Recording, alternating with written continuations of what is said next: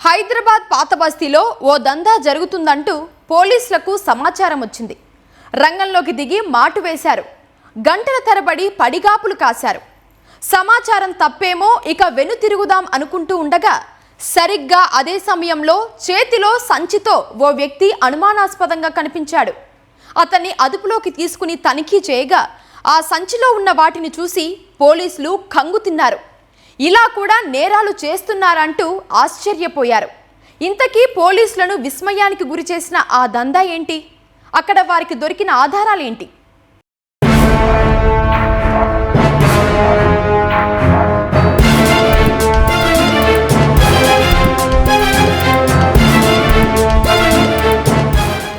నిరుద్యోగ సమస్యలు, అక్కరకు రాని చదువులు యువతను పెడదారి పట్టేలా చేస్తున్నాయి. అనుకున్నది సాధించేందుకు ఎంతటి అడ్డదారినైనా తొక్కేందుకు వెనకాడటం లేదు నేటి తరం. ఎలాగైనా తమ ఆశయాన్ని సాధించాలన్నదే వారి తపన. అదే వారి బలహీనత. ఈ బలహీనతనే కొందరు తమ అక్రమార్జన కోసం పావుగా వాడుకుంటున్నారు. అడిగినంత చేతిలో పెడితే చాలు, మనం అనుకున్నది ఇట్టే చేసేస్తారు. హాయిగా తమ జేబులు నింపుకొని వెళ్లిపోతారు. కానీ ఆ తర్వాత జరిగే పరిణామాల గురించి మాత్రం ఆలోచించరు. అసలేంటి ఆ దందా? ఆ దందాకి, నిరుద్యోగానికి, విద్యార్థి భవిష్యత్తుకు ఉన్న సంబంధమేంటి?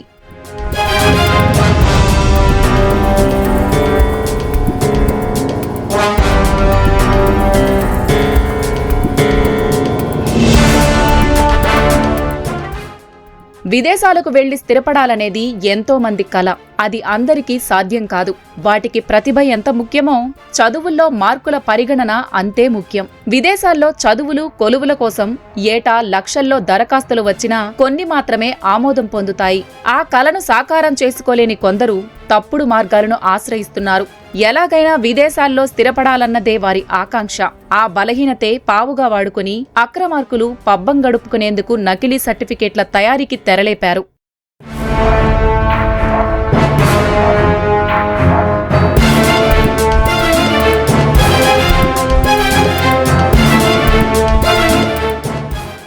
చదువు పూర్తి కాకపోయినా, సరైన అర్హతలు లేకపోయినా విదేశాల్లో ఉద్యోగాలు సాధించాలనుకున్న వారి ఆశలే పెట్టుబడిగా ఓ ముఠా నకిలీ సర్టిఫికేట్ల దందాను గుట్టుగా చేస్తోంది. తమకు చేతినిండా అడిగినంత పెడితే చాలు, దేశంలో ప్రముఖ విద్యాసంస్థల నుంచి అక్కడ చదివినట్టుగా కావాల్సిన ధృవపత్రాలు మన చేతిలో ఉంటాయి.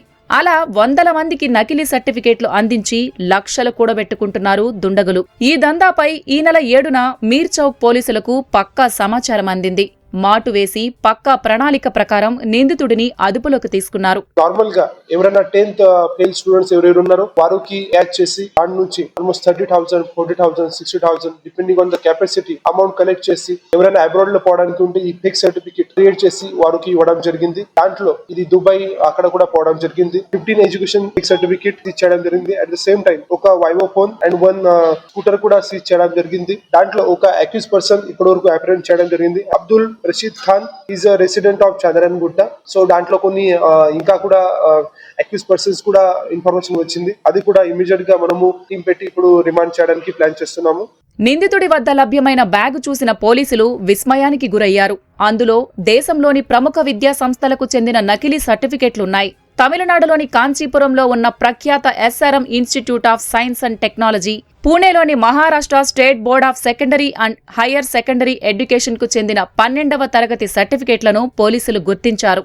ఇది మోస్ట్లీ సర్టిఫికేట్స్ ఏదైనా ఉన్నాయి అది మహారాష్ట్ర, తమిళనాడు, కర్ణాటక బేస్డ్ యూనివర్సిటీస్ ఉన్నాయి, 10th స్టేట్ బోర్డు ఉన్నాయి. అక్కడ నుంచి ఇది సర్టిఫికేట్ తయారు చేయడం జరిగింది. అట్ ద సేమ్ టైం ఒక మషినరీ కూడా అయినా సైడ్ నుంచి సెటప్ చేయడం జరిగింది. దాంట్లో ఏదైనా వెరిఫికేషన్ ఉంటే ఆ వెరిఫికేషన్ కూడా ఎట్లా మేనేజ్ చేయాలి ఆ గురించి కూడా ఈ సిస్టమ్ ఒక తయారు చేయడం జరిగింది. సో దాంట్లో ఒక ఇంటర్స్టేట్ ర్యాకెట్ ఇది దొరుకుతుంది. ఖచ్చితంగా మనకి ఇంకా కూడా పర్సన్ దొరుకుతారు అండ్ డెఫినెట్ గా దాంట్లో మనం పోలీస్ సైడ్ నుంచి మనం యాక్షన్ తీసుకుంటాం.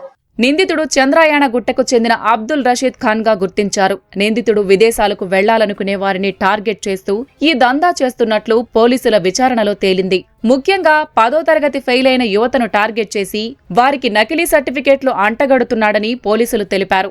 2022లో ఈ రాకెట్లోకి ఎంట్రీ ఇచ్చిన రషీద్ ఇప్పటి వరకు తెలంగాణ నుంచి దాదాపు 25 మందికి ఫేక్ సర్టిఫికేట్లు అమ్మినట్లు విచారణలో వెల్లడైంది. ఆ నకిలీ సర్టిఫికేట్లతో 10 మందికి పైగా విదేశాలకు కూడా వెళ్లినట్లు తేలడం విస్మయానికి గురిచేస్తోంది. ఈ అబ్దుల్ చెప్పిన ఇన్ఫర్మేషన్ ప్రకారంగా ఆయన 2022 లో ఈ ఒక inter state education certificate racket లో ఆయన ఫేక్ సర్టిఫికేట్ ర్యాకెట్ లో పార్టిసిపేట్ అయ్యారు. సో ఇప్పటి వరకు హైదరాబాద్ నుంచి తెలంగాణ నుంచి టోటల్ 25 పర్సన్స్ కి ఆయన ఫేక్ సర్టిఫికేట్ కూడా ఇప్పుడు తయారు చేసి హ్యాండ్ ఓవర్ కూడా చేయడం జరిగింది. దాంట్లో ఆల్మోస్ట్ 10% ప్లస్ ఎక్కువ మంది ఫారెన్ కి కూడా జాబ్ కోసం పోవడం జరిగింది. నిందితుడిని అరెస్ట్ చేసిన పోలీసులు అతని నుంచి 15 నకిలీ సర్టిఫికేట్లతో పాటు మొబైల్ ఫోన్, ఓ ద్విచక్ర వాహనం స్వాధీనం చేసుకున్నారు. ఈ ముఠాలోని మరో 2 కీలక నిందితులు పరారీలో ఉన్నట్లు పోలీసులు తెలిపారు.